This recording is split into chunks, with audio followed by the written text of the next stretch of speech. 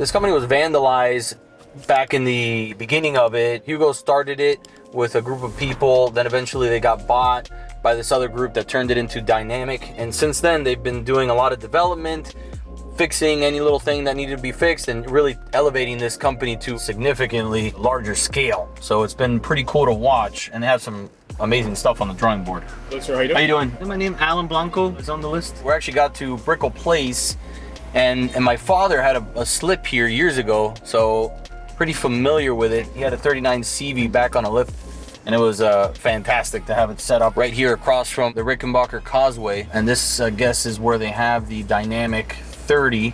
So I'm making my way back to the marina. And again, a little overcast today, a little breezy, but it should be ideal. Ideal lighting for the shoot. On top of that, not too hot so we don't get freaking wrecked by the sun. Let's make it happen. See if we find a parking spot. I'm not sure if I'm allowed to park here, but let's do it for now. We'll head down to the boat in a second. Okay. Okay. Voy para abajo. Nada. Okay. Bye. All right, we got to go down to the first level, which is the marina area. So I'm gonna jump in the truck and get there. Let's go. Let's go. Let's go. Hey, you guys usually see me switching around glasses. Wearing these Smith ones. I think these are the Boom Towns. Pretty big, good coverage for the eyes. These are these other ones. I don't even know what these are called. I'm gonna see the name here. Embark. But see, they have these flaps here on the side which block the sun, which is kind of cool. I might give those a run today. I think my favorite ones so far have been these spinners. Came in like a dark green, matte green. So I might give these a run and see what the heck they do.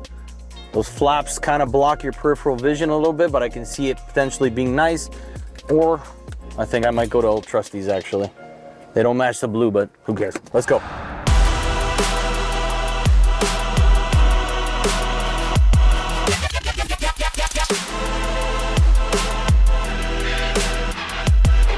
So one of the good things about being able to do these YouTube videos is gaining experience on each boat individually. Right now I'm on the stand-through second station of the Dynamic 305, and this is the best spot in the house. If you haven't driven a boat with a stand-through, it's only 4 or 5 feet higher than the deck, but it completely changes the game visually. So whether you're fishing, trying to spot fish, debris, or even trying to get more depth into the water, this is obviously the place to do it. The huge benefit is that you don't have to adjust anything to trailer the boat. So just like this, you get best of both worlds. You can trailer the boat wherever you want. You're gonna get under, bridges without having to lower anything besides a outrigger or antenna. And then once you're out in the water, you get this second station visibility, which is fantastic. You have everything that you have downstairs duplicated up here. You have a 12-inch MFD from Ray Marine, Optimus 360 control. You have even a scan strut phone charger, jack plate controls, windlass, obviously your throttle and VHF, so you can do everything you need to do from right here. And it's just, a whole different world, like I said. So really enjoyable. I hope it translates and you guys can almost feel like you're here with me on the YouTube video, but that's one of the funnest parts. I'm trying to get a good angle here so you guys can get a good look at the boat, and then we're gonna jump on it and show you all the changes that they made from within, and hopefully get the drone up in the air and get some running footage. Check that out. You got the twin power poles, 300Rs, jack plates back there. You even got live wells with a Best Marine sea chest. I mean, this thing's rigged up with absolutely everything, and the price point's somewhere in the mid 300 range for those who are interested.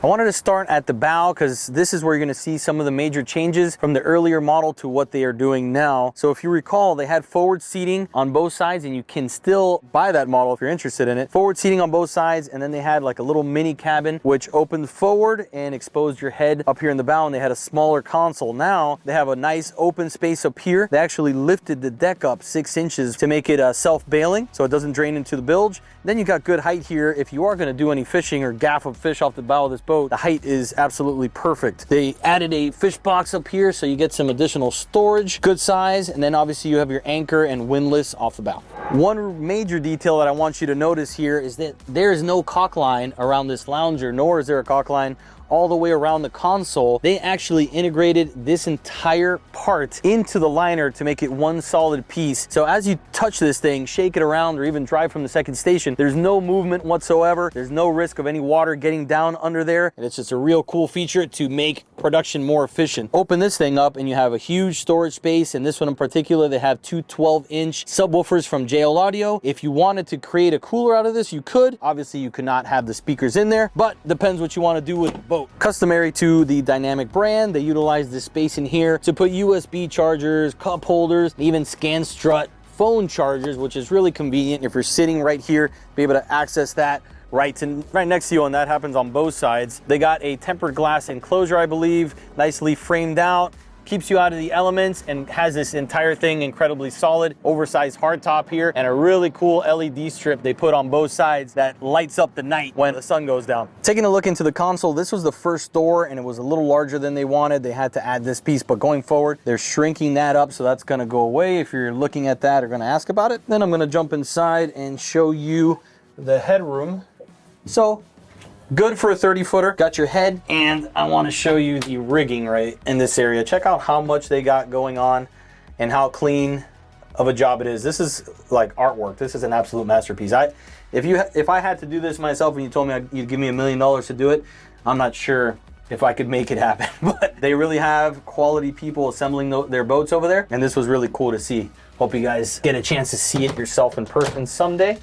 And let's continue our way along. Working our way to the helm area, you have really nice custom dynamic helm chairs, adjustable seats, adjustable armrests, nice material, simple and clean. And then right here is your workstation. You got everything you could possibly want. You got 19-inch Raymarine MFDs, and you can see they have digital switching and even have the 305 dynamic right there. It's got to be brightened up a little bit, so I don't know if you can see it well, but you can turn on your search lights, underwater lights, you know, your spreader lights, everything right there, easy to control, and it's all backed up here in case this was to fail. Got your chart, whatever you want to put on here, depth finder. You got your joystick, Optimus 360. Your throttle, Seakeeper Ride is standard in every one of these boats. Windlass control. You have a power pole control right here, start stop button, and your jack plates. One of the coolest features on this boat is the stand through second stations. Look, you got more phone chargers right here.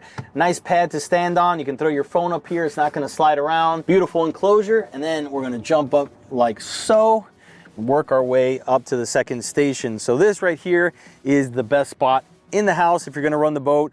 Most of the time inshore, offshore, and calm seas, but you're only about 4 or 5 feet taller than standing on the deck, but your whole world changes up here. If you're looking for something in the distance, debris, if you're fishing, or even at a sandbar and you wanna be able to see deeper into the water, this is a great place to do it. Great visibility of the bow. I can see my engines, I can see the power poles from here. You got your outriggers right behind me as well. Antenna I can drop and pick up, then I can jump right up here. If you wanna sit and drive like so, this is a way to do it. They got a pod set up here, Edson wheel, and all the controls that you have downstairs are duplicated here as well, so you're not missing out on anything. Optimus 360, you got a 12-inch Raymarine, jack plate controls right here, even your windlass, battery phone charger, Raymarine VHF, throttles, another charger over here, start stop button, and even some cup holders.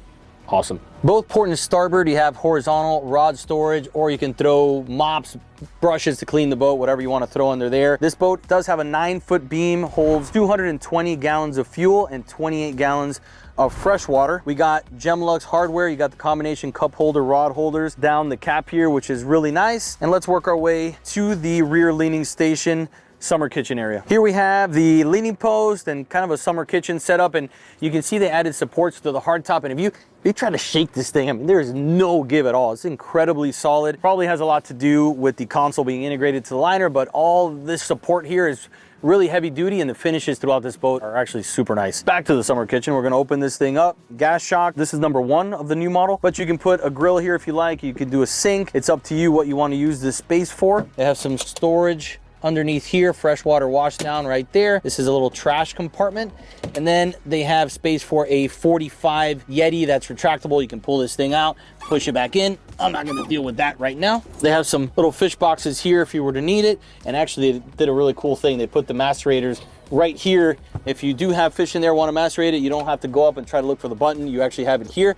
And Also on the starboard side, you have it ready to go right behind the box as well. Working our way back into the cockpit area. If you remember, the other model had kind of a bench seat that was standard in every boat, and they changed that configuration significantly here. If you see, they actually have a step right in this area, which they're gonna fix on boat number 2. Open it up a little bit, change the upholstery, but it's a cool idea to be able to just jump up, and you have a casting platform here, whether you're gonna fish back here, you know, if you wanna lay out, throw a pad, or maybe even a cast net. They have two 15-gallon live wells, both port and starboard here as well, painted in a really nice blue color. So that'll work for you. And then in the middle, you have another cooler or storage, depending what you wanna use that for. You got a little additional space. Then the really cool part is right here. This thing, you just push this down with a little pressure, and that unveils a huge rear seat, which is probably the most comfortable spot to sit in the entire boat when you're moving along.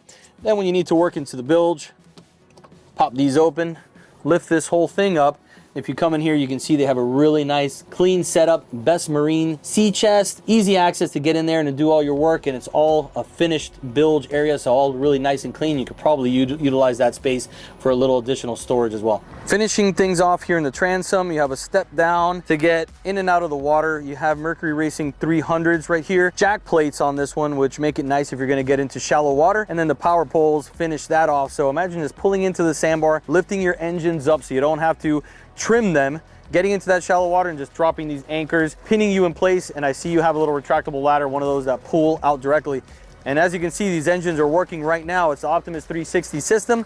I'm not sure what the positioning system is, but it's called, but it basically locks you in place. So if you're, you know, doing what we're doing here, we want to stay in this position, or if you're deep dropping, anything like that, maybe even a boat parade, you want to just stick in the position, this thing will do it and do it all automatically, which is a really cool feature on these boats nowadays. The Dynamic also makes a really nice tender. It's obviously not a rib, but they have a really beefy rub rail here. So obviously if you're going to dock up to, you know, at a marina or dock up to another boat, this is going to serve as significant protection for that. Obviously also as well, you're going to see the European style bow. I personally am a big fan of that look. I think it looks really cool, a little bit different than what we're used to seeing. And I've been around this company for quite some time and seen how they've grown, and that's another fun part of being able to work with these companies, seeing their progress, seeing how they learn from either their mistakes or, you know, there's always changes in the infrastructure of the business. We've seen this company grow, and every time we jump on one of these things, we're more and more impressed. The fit and finish is fantastic, and I would have to say the attention to detail is probably one of the best in the entire industry. Hugo back there does a really good job getting every detail down on these boats. I love to see that creativity come into play when we see a boat either at a shoot or a boat show or anything like that. So if you guys get the chance, check out Dynamic Boats. They have the 305 right here. This is the DF, Dynamic Fishing. And they also have a 25-footer, which they're gonna unveil this week. By the time you see this video, it's gonna be past the Miami Boat Show time, but reach out to that company if you'd like to see either the 305, which is a 30-foot version, or the 25-foot version. If you're into a really nice sandbar bay boat, I mean, again, you can fish this thing with absolutely no problem too. Very good quality, very well built, sturdy boat. It's like a brick shit house. I mean, there's no other way to put it. Really impressive when you run the thing, and really nice to look at as well.